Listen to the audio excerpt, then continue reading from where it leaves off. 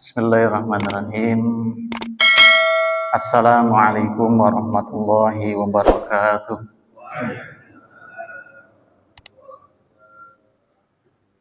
Alhamdulillah alladzi bi ni'matihi tatimmus shalihat. Asyhadu an la ilaha illallah wahdahu la syarikalah wa asyhadu anna Muhammadan abduhu wa rasuluhu la nabiyya wa la rasula ba'dah. Allahumma salli wa sallim wa barik ala nabiyyina Muhammadin wa ala alihi wa ashabihi wa man tabi'ahum bi ihsanin ila yaumiddin. Amma ba'du, faqala Allah ta'ala fil Qur'anil Karim, a'udzu billahi minasy syaithanir rajim. Ya ayyuhalladzina amanu taqullaha haqqa tuqatih. Ittaqullaha haqqa tuqatih wa la tamutunna illa wa antum muslimun. Jamaah sekalian yang dirahmati Allah Subhanahu wa taala, monggo yang pertama kita senantiasa memanjatkan rasa syukur kita kepada Allah Subhanahu wa taala yang alhamdulillah dalam kesempatan pagi hari ini kita masih diberikan kenikmatan oleh Allah Subhanahu wa taala, nikmat iman Islam, kesehatan, kesempatan sehingga bisa rawuh di Masjid At-Taqwa, bisa sholat di ini dalam rangka melaksanakan ibadah sholat subuh berjamaah yang kemudian kita lanjutkan dengan zikir dan kita duduk-duduk mengkaji daripada firman Allah maupun hadis Nabi Muhammad SAW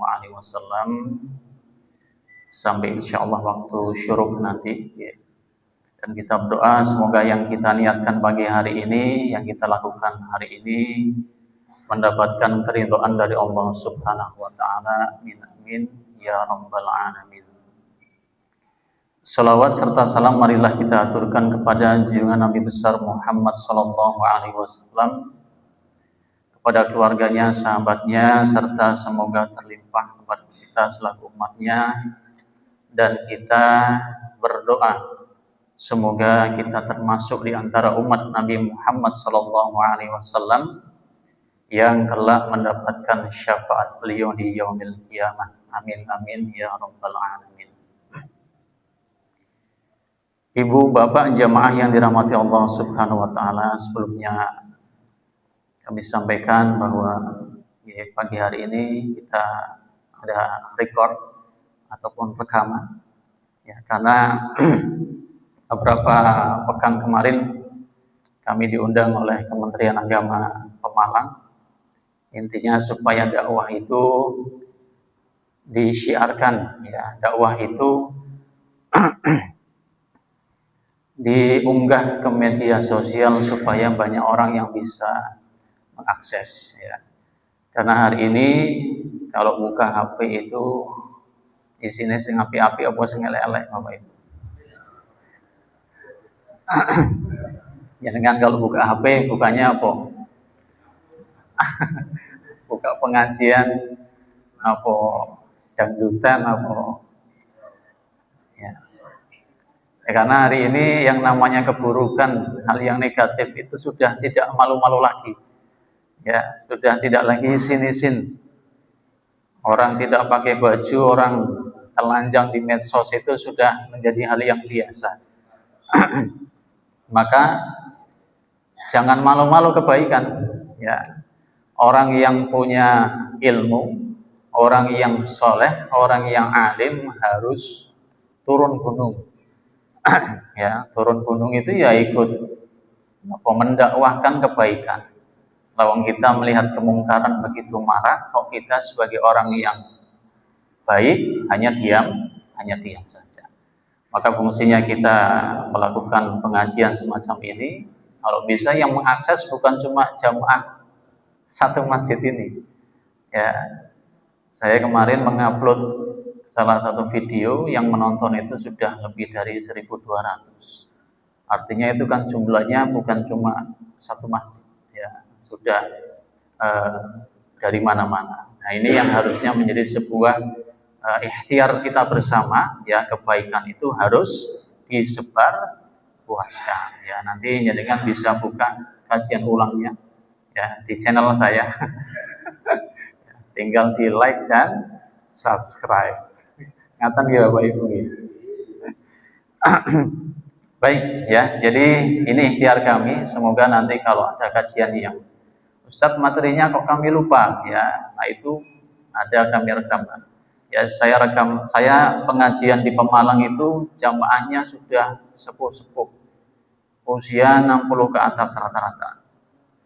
Itu bilang, Ustadz, bu ini dicatatkan ya, bu ini doa-doa ini divideokan segala macam. Nah, adanya yang semacam ini bagi jamaah yang mungkin lupa dengan materinya, itu bisa membuka kembali, kemudian mengulang, menonton kembali. Ya, ini ikhtiar kami supaya kebaikan itu bisa dinikmati oleh banyak orang. Ya, tidak hanya satu dua orang ataupun sedikit orang yang bisa mengakses daripada kajian-kajian yang semacam ini.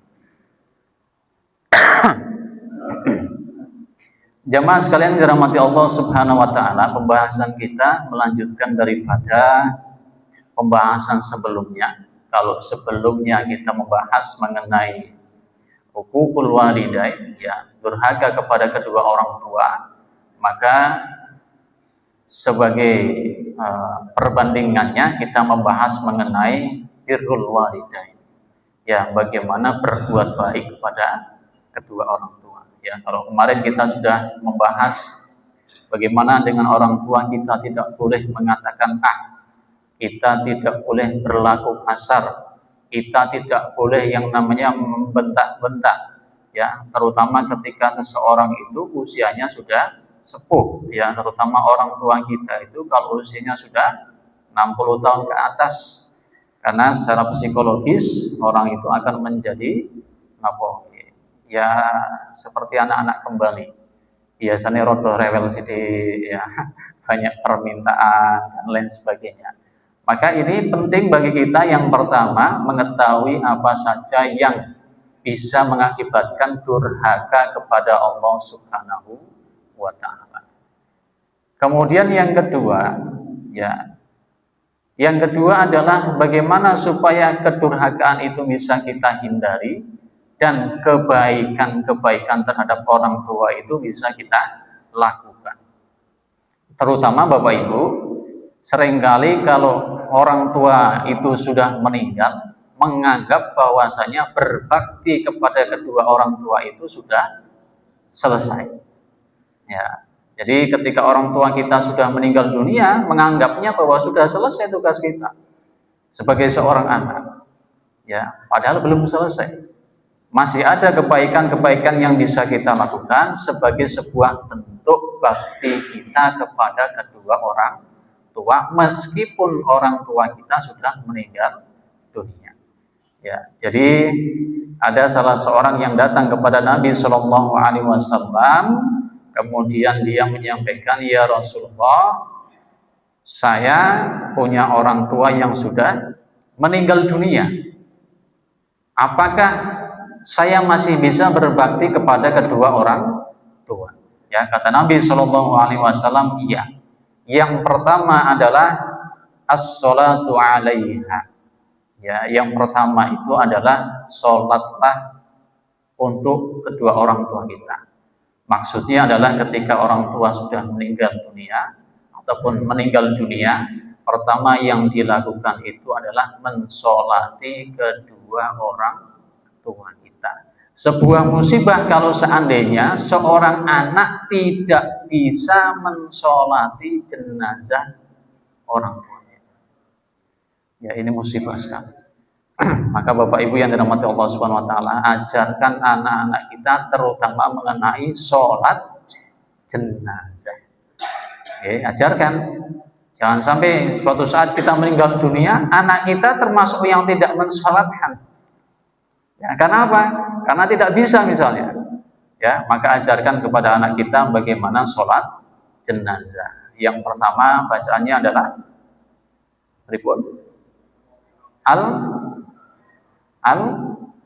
Al-Fatihah. Kemudian yang kedua sholawat, ya, Allahumma sholli ala Muhammad wa ala ali Muhammad, dan seterusnya.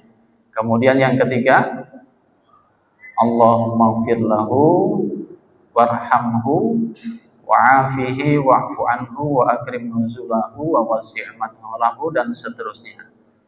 Kemudian yang keempat adalah Allahumma la tahrimna ajrahu wa la taftinna ba'dahu waghfir lana wa lahu. Ya, jadi ajarkan yang demikian Bapak Ibu. Ya, selain daripada sholat yang rawatib mungkin sudah terbiasa, maka sholat jenazah ini ajarkan kepada anak-anak kita, ya, supaya ketika suatu saat kita meninggal dunia, anak kita termasuk yang bisa mensolatkan. Ya, menjadi sebuah musibah kalau seandainya orang tuanya meninggal sementara anaknya tidak bisa mensolatkan jenazah kedua orang tua. Kemudian yang kedua, ya, bakti yang kedua yang bisa dilakukan seorang anak terhadap orang tuanya itu adalah wal istighfaru lahuma.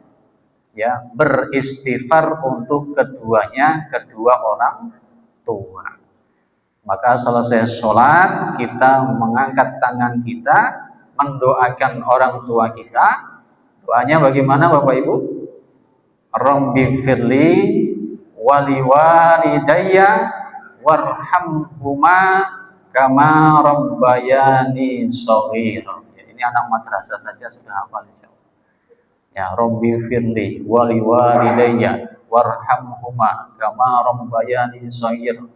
Ya Allah, ampunilah dosaku dan dosa kedua orang tuaku. Sayangilah keduanya sebagaimana mereka menyayangiku di waktu kecil. Ya, ini waktu kami TK saja sudah diajari yang demikian. Ya, maka ajarkan kepada anak-anak kita doa untuk kedua orang tua. Maka ketika seseorang sudah meninggal dunia, tidak ada yang diharapkan apapun selain daripada salah satunya adalah doa dari anaknya, Bapak Ibu. Oke, doa dari anaknya. Istighfar yang diucapkan anaknya untuk kedua orang tuanya. Ya, salah satunya adalah doa ini ketika seseorang sudah meninggal dunia, kemudian anak-anaknya mendoakan dengan Rabbi firli wali walidayya warhamhuma kama rabbayani shaghir. Nah, ini yang kedua. Jadi yang pertama adalah mensolatkan untuk kedua orang tua. Kemudian yang kedua adalah beristighfar untuk kedua orang tua. Kemudian yang ketiga adalah wa infadu ahdihima min ba'diha. Ya. Jadi yang kedua itu adalah melaksanakan janji ataupun wasiat yang mungkin pernah disampaikan oleh kedua orang tua. Jadi sebatas wasiat itu tidak dalam rangka bermaksiat kepada Allah dan Rasul-Nya, maka harus ditunaikan. Ya, wasiat-wasiat kebaikan. Ya, wasiatnya misalnya nopo, besok nek bapak usorono, yo jaga salatmu. Ya, jadi terutama orang tua kalau memberikan wasiat kepada anak, jangan yang sulit-sulit, jangan yang berat-berat kepada anak, ya, yang misalnya kalau dilaksanakan itu justru anaknya itu tidak mampu. Ya, jadi satu, orang tua ketika memberikan wasiat yang berupa kebaikan. Yang kedua, jangan yang berat-berat. Kemudian sebagai seorang anak, ketika orang tuanya meninggal dunia, ketika mendapatkan wasiat, sebatas wasiat itu tidak untuk kemaksiatan, maka itu wajib untuk dilakukan. Termasuk salah satunya di sini, kalau misalnya ada seorang orang tua yang berwasiat ingin kurban. Nah, ini ada pengecualian kalau kita mengkaji di Tarjim Muhammadiyah. Boleh apa tidak orang yang sudah meninggal dunia kemudian anaknya itu berkorban untuk orang tuanya. Ya, memang ada perbedaan pendapat di sini. Yang pertama, berpegang pada dalil ada seseorang yang datang kepada Nabi Shallallahu Alaihi Wasallam, di mana orang itu menyampaikan, ya Rasulullah, inna abi mata wa taraka malam walam yusi, fahal yukafiru anhu anta saddaqu anhu? Qala na'am. Ya, ada seorang yang telah datang kepada Nabi Shallallahu Alaihi Wasallam, dia menyampaikan, ya Rasulullah, sesungguhnya ayah saya itu telah meninggal dunia dan dia meninggalkan harta benda. Ya, tetapi dia tidak berwasiat. Apakah dapat melebur dosanya jika saya bersedekah atas nama ayah saya? Maka kata Nabi Shallallahu Alaihi Wasallam, ya bisa. Ya, jadi pendapat yang pertama ini mengatakan boleh kalau misalnya berkorban untuk orang tua tanpa orang tua itu berwasiat. Ya, jadi kita punya orang tua, dua-duanya sudah meninggal dunia, anaknya kepingin korban untuk orang tuanya, maka pegangan pada dalil ini itu mengatakan boleh. Ya, ini juga disampaikan di dalam hadis yang lain, anna ummahu matat faqala ya Rasulullah inna ummi matat fa'atasaddaqu anha. Qala na'am. Qala fa ayyu sadaqati afdal? Qala sakilma.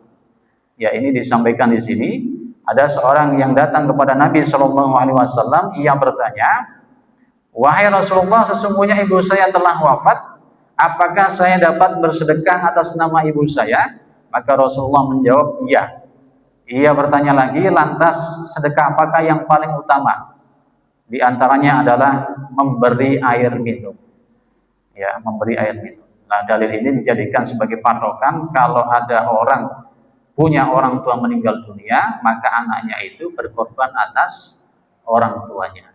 Ya, ini pendapat yang pertama. Ya, jadi yang kedua, pendapat yang mengatakan tidak disyariatkan terkecuali ada wasiat, ada nadar. Ya, ini pendapat yang disampaikan di Tarjih Muhammadiyah. Jadi kalau ada orang tua yang meninggal dunia, ya, kemudian kok anaknya ingin berkorban, ya bahasanya itu la masyru', ya tidak disyariatkan terkecuali ada dua. Ya, satu, dia itu bernadar ketika masih hidupnya. Ya, nanti besok kalau saya misalnya dapat rezeki segini, ataupun saya sudah berangkat haji dan lain sebagainya, misalnya saya akan berkorban misalnya, tapi belum kesampaian sudah meninggal dunia. Ya, maka anaknya yang tahu ini harus berkorban untuk kedua orang tuanya. Atau yang kedua itu berwasiat secara khusus, ya besok ini tolong nek bapak mati ya dikorban ya, segala macamnya. Nah, ini merupakan dua hal yang menjadi pengecualian. Ya, pembahasan di tarjih sudah disebutkan, kurban untuk orang tua yang meninggal dunia boleh jika ada dua hal ini. Ya, nadar kemudian wasiat. Ya, memang ada khilafiyah di sini Bapak Ibu. Ya, yang pertama itu berpegangan boleh meskipun tidak berwasiat, ya. Dasarnya adalah kepada dua hadis Nabi ini.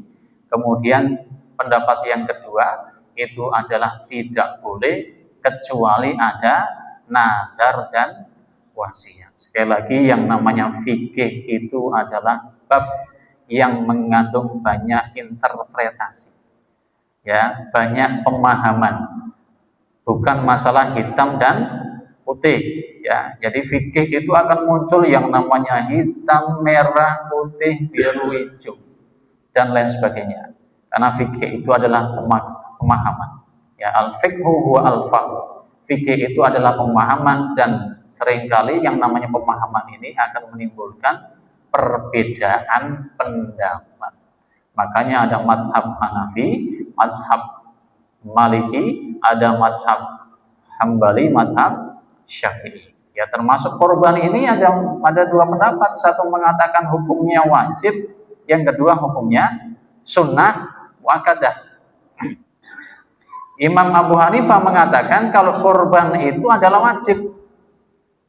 Ya, dalilnya kepada hadis Nabi Shallallahu Alaihi Wasallam, man wajada sa'atan falam yudahi fala yaqrabanna musallana.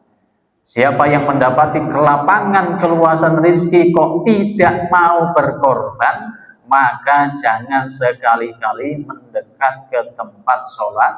Nah, orang sampai rioyo, ya, tidak usah ikut Idul Adha. Dia punya keluangan rizki tapi tidak mau berkorban. Ya, maka Imam Abu Hanifah mengatakan ini adalah hukumnya wajib. Ada yang memaknai fala yaqrabanna musallana, ini merujuk kepada sholat 5 waktu yang wajib. Ada yang memaknai fala yaqrabanna musallana ini merujuk kepada sholat Idul Adha. Ini ada pendapat lagi. Ya, jadi Imam Abu Hanifah mengatakan bahwa berkorban itu hukumnya wajib. Tapi kalau mazhab Syafi'i, Maliki, Hambali itu mengatakan sunnah muakkadah. Ya, sunnah yang sangat dianjurkan, sunnah yang sangat ditekankan. Ya, jadi Nabi selama hidupnya ini tidak pernah meninggalkan kurban. Ya, maka monggo panjenengan kalau punya keluangan rezeki, ya sebisa mungkin itu laksanakanlah yang namanya ibadah kurban.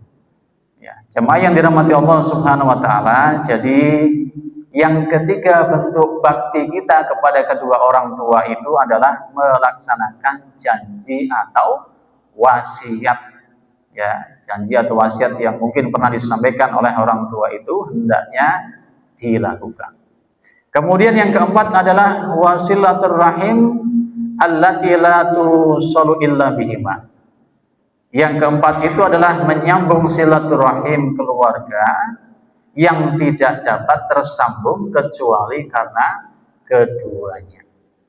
Jadi mungkin pekan kemarin sudah kami sampaikan di antara bentuk bakti kita itu adalah menyambung tali silaturahim kepada sedulur pun bapak lan ibu.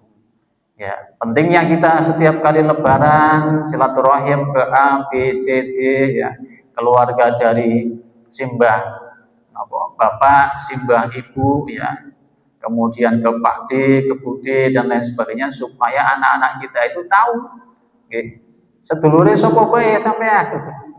Ya, sedulur senang comal sapa? Sedulur senang Pekalongan sapa? Ya, jangan kemudian ketika orang tuanya kelak meninggal dunia, anaknya nggak tahu. Ya, lagi omah Pak D ini bisi, ya nggak paham. Karena orang tuanya tidak pernah menyambungkan.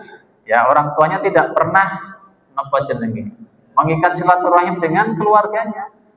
Ya, makanya penting bagaimana seorang orang tua itu ketika ya termasuk budaya kita lebaran itu ya, ngajak anak-anak silaturahim. Ya. Jadi yang terpenting ketika lebaran itu ampun lungo-lungo dhisik, ya, lungo-lungo sing ora genah. Foto isinya jalan-jalan tuh mana tapi saudaranya tidak pernah dikunjungi silaturahim, ini salah. Ya. Meskipun memang tidak ada syariat khusus kalau silaturahim itu harus wayah lebaran. Ya, memang yang bagus itu ya kita ada waktu silaturahim kepada sanak famili itu yang bagus. Tidak harus menunggu sampai lebaran. Ya, tapi budaya kita itu memang kalau lebaran saatnya untuk silaturahim halal bihalal. Ya, kalau modelnya pakai pertemuan-pertemuan monggo. Kalau bisa waktunya itu digilir. Ya, kami ada di keluarga dari simbah itu tiap lebaran ya pertemuan halal bihalal itu digilir. Ya, tahun ini di keluarga A, tahun besok di keluarga B, tahun besoknya lagi di keluarga C. Jadi kita tahu keluarganya siapa saja. Yang kedua, rumahnya di mana. Nah, ini termasuk salah satu bentuk bagaimana kita menyambungkan tali silaturahim keluarga. Ya, termasuk artinya besok kalau orang tua sudah meninggal dunia, anaknya bisa menyambung tali silaturahim dengan keluarganya. Kemudian jemaah yang dirahmati Allah Subhanahu wa taala, yang kelima itu adalah wa ikramu siddiqiha. Yang kelima itu adalah memuliakan temannya. Maksudnya adalah teman orang tua. Ya, ini penting. Biasane bapak ibu kuwi dolane karo sapa. Ya. Nek tiap minggu kok biasane pit-pitan. Ya, pit-pitane karo sapa?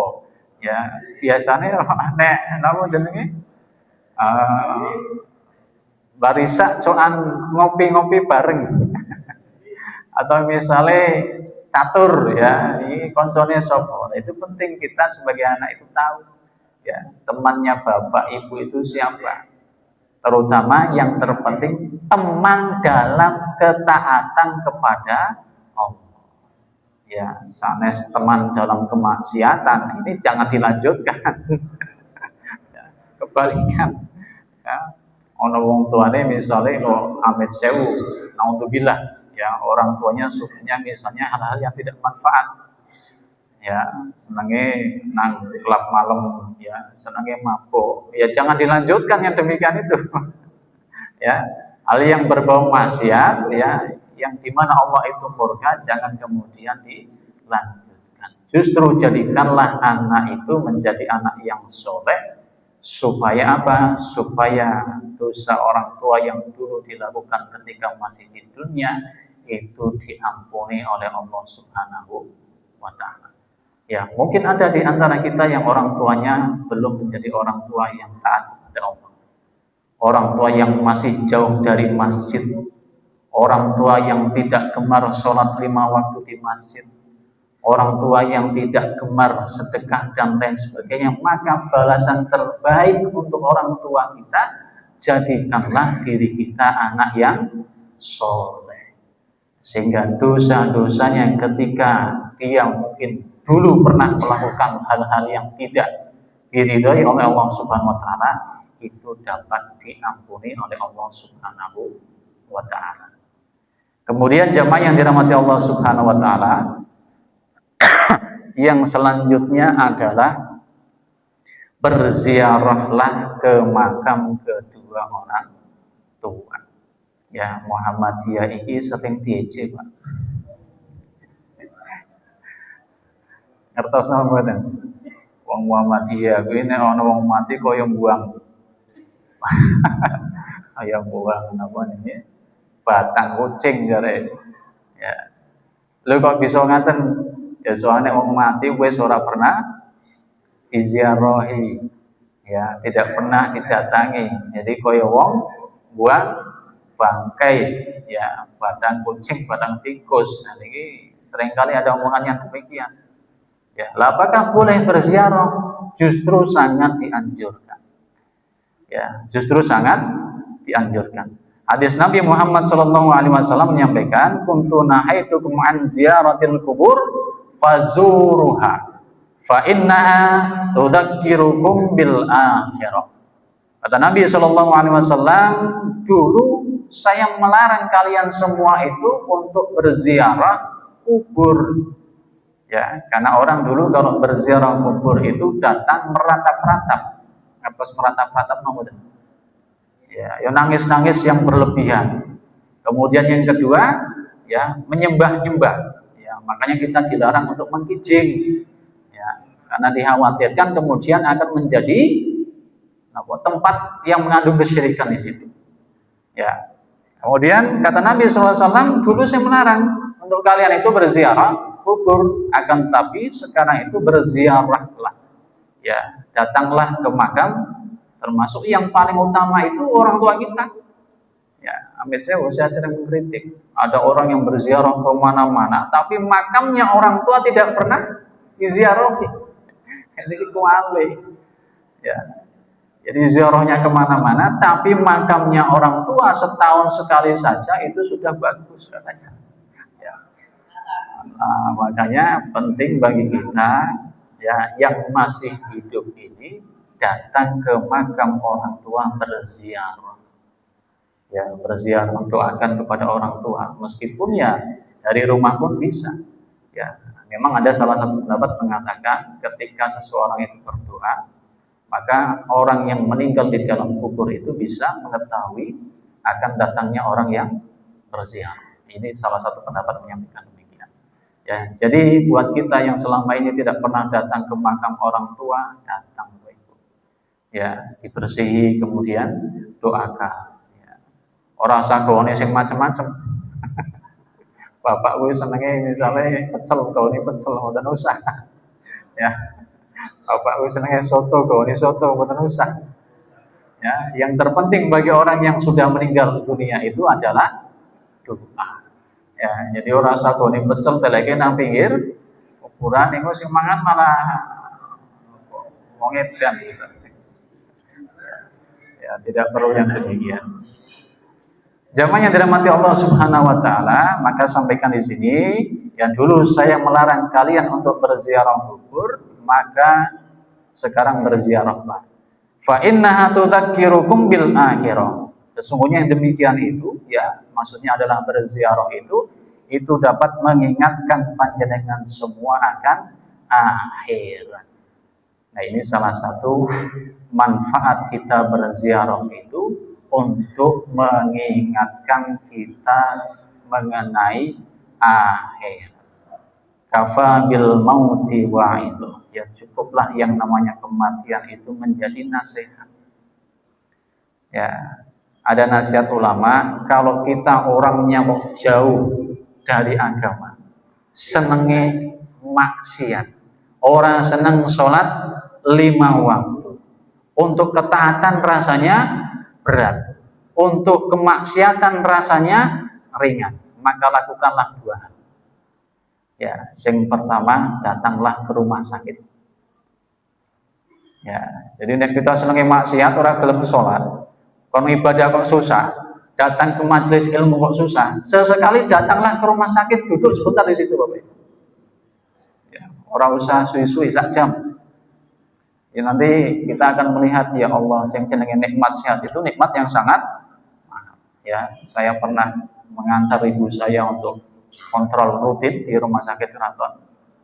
Baru datang sudah ada orang yang muta-muta, ya Allah. Ya, jadi kita yang sehat saja langsung banyak istighfar. Ya, ada lagi yang datang sudah tidak bisa apa-apa. Ya, dipapah, dibopong oleh anaknya. Orangnya sudah sepuh, ya Allah. Ya. Berobat ke rumah sakit itu harus digotong sama anaknya itu. Datang ke rumah sakit. Ya, maka kalau hati kita keras, susah untuk datang ke majelis ilmu, susah untuk ibadah, yang pertama datanglah ke rumah sakit. Ya, supaya kita mengetahui betapa nikmat sehat itu nikmat yang sangat mahal. Yang kedua, ya, maka sering-seringlah berziarah. Ya, supaya kita teringat akan yang namanya kehidupan setelah kematian. Ya, kehidupan akhirat yang dimana kehidupan akhirat itu adalah kehidupan yang sangat panjang sekali, Bapak Ibu. Ya, usia kita 63 tahun di dunia itu usia yang sangat pendek. Sementara kehidupan akhirat itu kehidupan yang sangat panjang. Maka sudah cukupkah bekal kita ketika kita masih di dunia? Ya, jadi fungsinya kita berziarah itu salah satunya adalah untuk mengingatkan akan akhirat, sehingga hati kita menjadi lunak, hati kita menjadi dekat dengan yang namanya ketaatan. Jadi jangan kemudian termasuk orang tua kita meninggal dunia tidak pernah sama sekali ziarah. Ya, ditakoni lah kowe ziarah ora areng wong kuburane ben wis ora apal. Ya, saking ora pernah ziarah. Saking tidak pernah ziarah, kuburannya saja sampai tidak tahu. Ya, ini marilah kita tata kembali bagaimana bentuk kita berbakti kepada kedua orang tua. Salah satunya adalah dengan berziarah ke makam kedua orang tua. Jemaah yang dirahmati Allah Subhanahu wa taala, kami kira ini yang dapat kami sampaikan, bentuk-bentuk kebaikan yang bisa kita lakukan, bakti kita yang bisa kita lakukan ketika orang tua kita sudah meninggal dunia. Jadi orang tua meninggal dunia bukan berarti berbakti itu sudah selesai, ya. Tapi kita lanjutkan kebaikan-kebaikan orang tua kita. Sambung silaturahim yang dulu pernah disambung oleh kedua orang tua kita. Ya, kemudian kita doakan. Ya, kita beristighfar untuk kedua orang tua kita. Kita berdoa yang demikian itu semoga orang tua kita termasuk min ahlil jannah. Ya, termasuk ahli surga yang ditempatkan di surganya Allah Subhanahu wa taala. Amin amin ya rabbal alamin. Demikian yang dapat kami sampaikan. Kita tutup dengan doa kafaratul majelis. Bismillahirrahmanirrahim. Subhanakallahumma wa bihamdika asyhadu an la ilaha illa anta astaghfiruka wa atubu ilaik. Billahi taufiq wal hidayah. Assalamualaikum warahmatullahi wabarakatuh.